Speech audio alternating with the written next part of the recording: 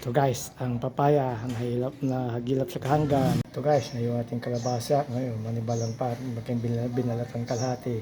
Yan guys, niyadyan ni Mrs. ang papaya.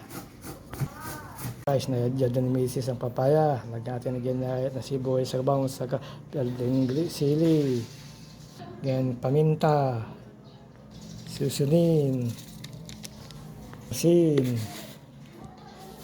Peng. Tingin mekos. Huwag sa masamang masangkap. Kung may nasangkap, lagyan natin ng cornstarch. Natin ng harina. Tingin mekos. Mangkwan. Ito guys, ayos natin iyad na papaya. Talay dito fry. Ito guys, magpipirito na tayo. Mayroon din tayo guys. Ito guys, may mantika na kawali. Magpirito tayo.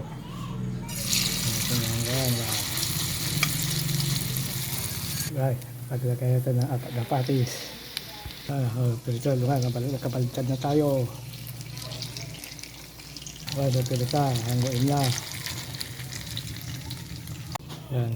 So guys, luto na ating biyang niluto o koy na papaya kay sausawan na sweetened vinegar.